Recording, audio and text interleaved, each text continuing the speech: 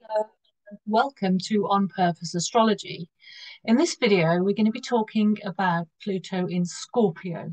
If you were born in Pluto in Scorpio, stay tuned because this video explores what Pluto in Aquarius will mean for Pluto in Scorpio natives. If you're not sure about if you have Pluto in Scorpio or not, I'm just going to quickly show you these dates, but I'm also going to put them in the description below as well. So you've got time to look at them properly. But basically, Pluto was in Scorpio 1983 to 1985, 1995, November the 5th, 83, May the 18th, 84. And then it went back into Libra for a bit, and then it settled back into Scorpio from August 28th, 1984, right through to January 17th, 1995. Then it dipped its toe in Sagittarius before finishing its tenure in Scorpio from April 21st, 1995 to November the 10th, 1995.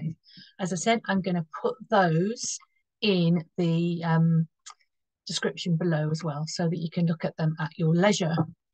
So before we look at what specifically Pluto in Aquarius is going to mean for Pluto in Scorpio natives, if you have Pluto in Scorpio in your birth chart, let's look at a few themes and events that happened while Pluto was in Scorpio between, roughly speaking, 83 and 1995. So Pluto in Scorpio. Well, in modern astrology, Pluto rules Scorpio. So it's very much a sign where Pluto feels at home, where Scorpio feels at home. So we see an intensification of many of the Plutonian themes, facing uncomfortable truths. So we always have to face uncomfortable truths with Pluto. With Pluto and Scorpio, emotional truths, uncomfortable emotional truths. An awareness of the dark side of human nature. Again, a common Pluto theme, but perhaps more intense with Pluto in Scorpio. One of the big events for Pluto in Scorpio was the AIDS epidemic. Again, themes of sex and death are very Plutonic and also Scorpionic. The AIDS epidemic brought an underlying homophobia to the surface. It was about safe sex, the message of safe sex and sex education. Pluto, as we know, is the criminal underworld. So what about Pluto in Scorpio and crime? Well, in 1983 saw the Brinks Mat robbery, the biggest gold bullion robbery pretty much ever done. And it involved all sorts of elements of the criminal underworld. It was actually the criminals went to rob a storage place near Heathrow Airport, thinking they were going to get cash. They ended up with gold or didn't know what to do with it. And they had to put that gold back into the system so that they could, it was a bit like money laundering, but with gold. Really fascinating. There's been documentaries about this, and there's also been dramas about this Brinks Mat robbery and what happened to the people involved, and how a lot of the money from the gold that was melted down and put back into the economy, it funded a lot of development in places in London, such as the Docklands area, which has now become a very important area for commerce and banking and big finance, for example. So big money, stock markets, investment banking was also a theme while Pluto was in Scorpio. It was the peak of the yuppies. Remember the yuppies of the 1980s? Greed is good. Yuppie became a negative label, though, during Pluto and Scorpio after the stock market crash of 1987.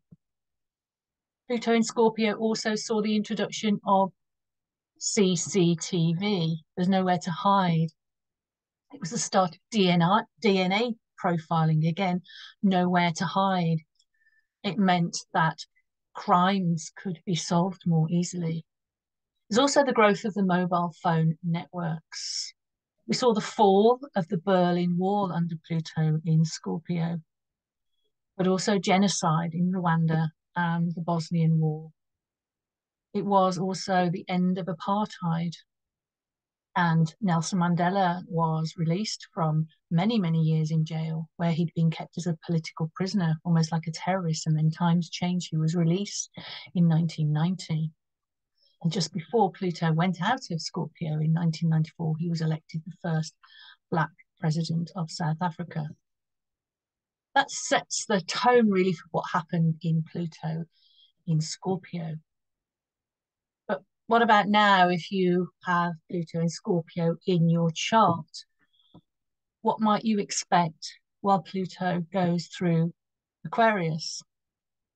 Well, if you're of the Pluto generation, you will have the square aspect. Pluto in Aquarius will make a square at some point to your natal Pluto in Scorpio. It's what's known as a fixed square because both Scorpio and Aquarius are fixed signs. So there's resistance to change and stubbornness, for example, and trying to control outcomes. That square will occur depending on the degree of Pluto in Scorpio, whether you were born towards the end or the beginning of Pluto in Scorpio. That square from Pluto and Aquarius will happen when you're in your late 20s, right up until your late 30s. You'll only get, you won't have, I'm not trying to suggest that you're going to get that transit for 10 years. I'm meaning that's sort of the breadth of the time when you might have it. Pluto transits tend to last about a year. It can be longer depending on how many times it goes backwards retrograde through the chart, through the sky. But the fixed square indeed, squares bring challenge and crisis and obstacles to overcome. It's a fixed square, so resistance to change, as I've already said, and trying to control outcomes, as I've already said. Hanging on, emotional and material power struggles. Now, squares aren't easy, but there is a way through. There's always a way through with square aspects, a way into it and a way through. And the thing with fixed squares, the way through is just to barrel on through and just work at it. Fixed signs, they can get stuck when they have difficult transit, but they can also have the stamina and the stubbornness and the resolve to work it out. They don't give up or avoid it or go around it. If they can really find that strength that is within them, they can really go for it and get things sorted out. It might be for some becoming aware of and letting go. Letting go is definitely a theme. Letting go of things you no longer need emotionally, as well as physically as well, including possessions that you've hung on to and got attached to. Maybe there's clutter and a bit of hoarding that needs to be getting rid of. Maybe it's about psychologically healing and facing earlier life trauma. We all have some form of trauma in our life and things that we need to let go of. We might see the effect of unconscious processes, learned defenses, and control mechanisms. These could come up during Pluto, square Pluto. We can see that these are very much emotional and psychological things that could come up during that Pluto square. Blind spots, for example. Fixed energy, as I said, resists letting go. So you might become aware or be made aware by other people of your blind spots where you're being defensive, for example. Lessons in learning how to fight. I don't mean literally fist fighting, I mean when to stick up for yourself, but also when to know to surrender to what is. It's also the elimination, potentially, of what is no longer supportive of your growth and development. Remember, this is going to occur either in your late 20s or any time until your late 30s. So it's a time of maturity and growing up, becoming more of an adult, taking on more and more adult responsibilities. So there might be things to let go of so that you can move forward, especially as the late 20s also brings the first Saturn return. So you may have your Saturn return concurrent with Pluto square Pluto potentially. And that Saturn return is all about growing up, as I said, also loss of innocence. And loss of innocence is also a strong theme for Pluto transits as well. There might be issues around Scorpio's tendency to secretiveness. That might clash with Aquarius. Pluto in Aquarius is concerned with honesty, but it can be brutal honesty with Pluto in Aquarius. Power struggles in any areas of life, such as career, family, relationships, seeking security and control, potentially lacking security and control. And because it happens again, as I said, in your late 20s through to perhaps your late 30s and coincides or comes after the first Saturn return, then it is about finding control, seeking security as part of that maturity process, but also where, as I said, surrendering and knowing when to, learning that maturity to know when to surrender your control. Now, I really hope that this has been useful and interesting.